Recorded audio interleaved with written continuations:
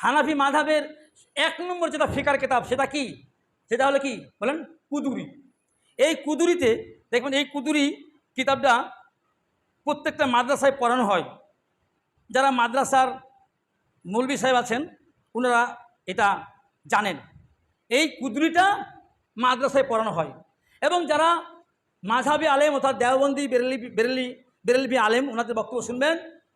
ওনারা বক্তব্যে প্রায় বলে যে জুমার নামাজে কেউ যদি আখিরি জোহর না পড়ে তার জুমা বাতিল, তার জুমা বাতিল, তার জুমা বাতিল। শুধু বক্তব্যে তাদের কিতাবে লেখা আছে যে যে জুমার দিনে আখিরি জোহর পড়বে না তার জুমা হবে না। কেন বলেন তো? এই যে কুদুরিতে লেখা আছে, ইমাম কুদুরি, এই কুদুরিতে কি লেখা আছে জানেন? দেখবেন যে গ্রামে জুমা জায়েজ নেই, গ্রামে গঞ্জে জুমা জায়েজ নেই। জায়েজ নেই মানে কি? না যায়। এই জন্যই আখেরি জোহর পড়ার নির্দেশ দেয়। যেহেতু গ্রামের জুমা জায়েজ নেই, পড়া যাবে না, সেই জন্য কী দেয়? আখেরি জোহর পড়ার হুকুম দেয়। কিন্তু জুমার নামাজ গ্রামে পড়া যাবে এই মর্মে অনেক হাদিস আছে।